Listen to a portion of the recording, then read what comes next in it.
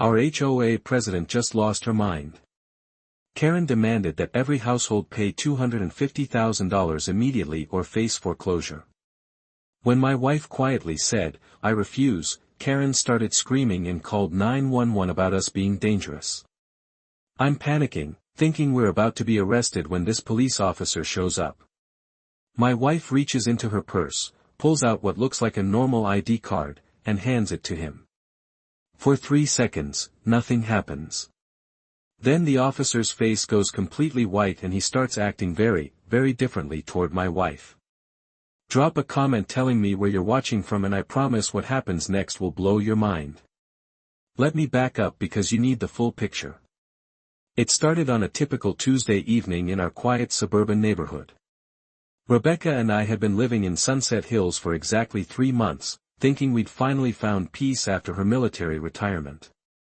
The HOA meeting was supposed to be routine, pool maintenance, maybe some lawn complaints. Instead, we walked into a financial ambush.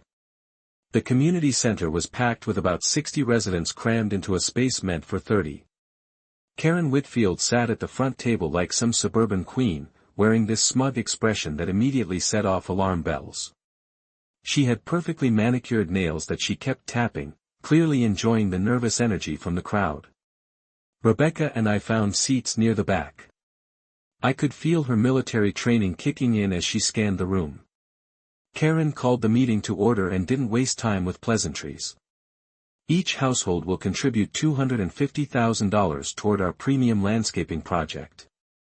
This is non-negotiable, and payments are due within 30 days. The room erupted in shocked gasps. I literally felt my jaw drop. $250,000 for landscaping, that's more than most people's annual salaries. An elderly gentleman raised his hand asking about payment plans, but Karen shot him down immediately. The board has determined this amount based on property values. Those unable to contribute should consider whether this community is right for their lifestyle. That's when Mrs. Martinez stood up, and my heart broke for this woman. She's 78 years old, a widow living on Social Security, and she started trembling as she spoke. "Miss Karen, I already gave you $45,000 last year for emergency roof repairs that never happened. I don't have any more money. I've been eating soup and crackers for months just to pay my bills." Her voice cracked with tears forming in her eyes. This sweet old lady was literally begging for mercy. Karen's response still makes my blood boil. She rolled her eyes and said, "Mrs. Martinez, perhaps you should have been more financially responsible. Community standards require community investment. If you can't meet your obligations, maybe assisted living would be more appropriate." The cruelty hit the room like a physical blow. I felt Rebecca tense up beside me like a coiled spring. "You need to understand something about my wife." Brigadier General Rebecca Thompson Martinez retired after 22 years of service, including multiple deployments and military intelligence work. She's dealt with war zones and international crises, but nothing gets to her faster than seeing vulnerable people bullied. Rebecca stood up slowly, and I recognized her command presence. She looked directly at Karen and said in this calm, controlled tone, "I refuse to pay this fee. Period." The simplicity was beautiful. No explanations, no pleading, just a flat absolute refusal. Karen's reaction was explosive. Her face turned purple, and she started sputtering. "Excuse me. Military wives need to understand this is civilian territory. Your husband's rank doesn't give you special privileges here. You will comply or face consequences." I had to bite my tongue. Karen had no idea what she was dealing with. She thought Rebecca was just some dependent military spouse. What happened next was pure Karen. She whipped out her phone and dialed 911 right there. "Yes, I need police at the Sunset Hills Community Center immediately. We have aggressive government employees threatening HOA board members. They're being hostile and intimidating residents." The absurdity was mind-blowing. Rebecca had spoken exactly 12 words in the calmest tone, and somehow that was aggressive behavior. While we waited, Karen continued her tirade about military entitlement. She kept shooting triumphant looks at Rebecca, believing she'd won by calling the cops. Rebecca sat back down and calmly pulled out a folder from her purse. I recognized it, her evidence file.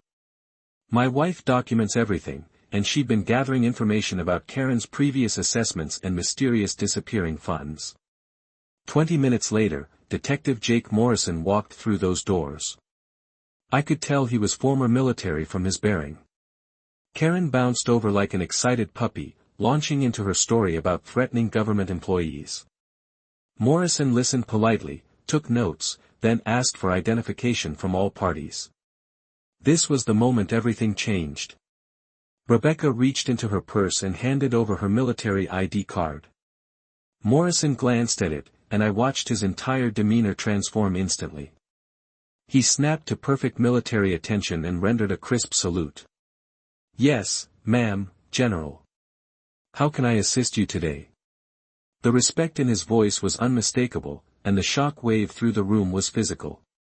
Karen's mouth fell open so wide I thought her jaw might unhinge. The color drained from her face completely. She started stammering, but, I have connections. This isn't, she can't. Morrison's investigation immediately shifted focus. He started asking Karen pointed questions, but Karen doubled down with entitled fury. "This is discrimination. I demand to speak to your supervisor. Military people can't intimidate civilians." Rebecca handled this with professional calm. While Karen had her meltdown, Rebecca quietly explained to Morrison the pattern of harassment she'd observed. She showed him documented complaints, copies of Karen's violations for non-existent issues, and a timeline of Mrs. Martinez's financial exploitation. Mrs. Martinez found her voice during this chaos. With Rebecca's encouragement, she told the full story of how Karen convinced her emergency roof repairs were needed immediately. She brought contractors who looked at my roof for 5 minutes, took my $45,000, and disappeared. When I called Karen, she said I must have misunderstood what I was paying for. Morrison was writing furiously. This wasn't just a civil dispute, this looked like elder abuse and fraud. Karen played her political card. "My brother is Congressman Robert Whitfield. He's going to hear about this harassment by military personnel abusing their positions." That's when I started researching. I'm a history teacher who knows how to dig up information. While Karen ranted, I searched on my phone. What I found was explosive. Karen Whitfield was former military herself, Army Logistics, dishonorably discharged 12 years ago for embezzlement. She'd stolen from unit welfare funds meant for soldiers' families. Morrison finished taking statements and said he'd file a complete report. Karen was still sputtering about military conspiracies, but doubt was creeping into her eyes. Rebecca knelt next to Mrs. Martinez's chair and said quietly, "Ma'am, what happened to you was wrong, and it's not going to happen again. I promise." The way she said it gave me chills. This was a mission now. The drive home was quiet until Rebecca spoke. "Logan, I've been documenting Karen's behavior since our second week here. Something about her tactics reminded me of psychological operations overseas. She knows what she's doing." She showed me a folder, violations citing fake regulations, photos of Karen watching our house, records of complaints against military families following identical patterns. This is systematic harassment. Why didn't you tell me? Because once I take action, there's no going back. Karen picked the wrong target. My phone rang, the school district. Dr. Patterson was calling at 9 p.m. about complaints regarding my teaching conduct. Karen had gone straight for my career. She's escalating because she feels cornered, Rebecca analyzed. We're close to something she wants hidden. That night, I accessed Karen's classified military records through Rebecca's security clearance. What I found was devastating. Karen hadn't just embezzled money. She'd stolen funds for essential combat equipment. 3 soldiers died in an ambush partly because their unit lacked radio equipment Karen's theft had prevented them from buying. The case was classified to protect operational security, so she'd escaped prosecution. Rebecca's controlled fury was terrifying. She's responsible for soldiers dying, and she's been targeting military families for revenge ever since. The school board meeting was Karen's attempt to destroy my credibility before I could expose her. She'd filed complaints painting me as anti-military, using out-of-context classroom recordings. Karen's next move showed her psychological warfare skills. She offered deals to non-military families, reduced fees for supporting her against troublemaking military elements, fracturing our community. Mrs. Martinez refused all intimidation and bribery attempts. I may be old, but I'm not stupid. That woman thinks she can buy my silence after stealing my money. Morrison's investigation revealed the full scope. 6 military families had been forced out in 3 years, all selling below market value to Karen's ex-husband's investment company. She was running a real estate scam. Force out military families, buy cheap, flip for profit. The HOA fees fund her lifestyle while she systematically loots the neighborhood. Rebecca's breaking point came at the grocery store. Karen loudly complained about military entitlement, and my controlled wife finally snapped. You picked the wrong veteran to mess with. I've dealt with terrorists more honorable than you. You're about to learn what happens when you target American soldiers. Other shoppers supported Rebecca, and Karen fled in humiliation. That evening, Mrs. Martinez called terrified. Karen had offered her $50,000 to drop complaints, then threatened her when she refused. Pack a bag, Rebecca told her. You're staying with us, and tomorrow we end this. Rebecca worked all night building an intelligence package documenting Karen's criminal enterprise. The next morning, Karen received a federal audit notice. Her panicked call to Congressman Brother Robert revealed their shared secret, a military contracting scam spanning years. Robert steered contracts to Karen's companies, overcharging for substandard equipment while she laundered money through HOA schemes. Federal agencies coordinated investigations. The scope attracted Department of Homeland Security's Counterterrorism Unit. Karen wasn't just stealing, she was laundering money for international criminal organizations through real estate purchases and shell companies. The emergency HOA meeting to dissolve the organization was Karen's final gambit. Over 300 people packed in while Rebecca presented a devastating intelligence briefing exposing the entire criminal network. Mrs. Martinez's testimony brought tears.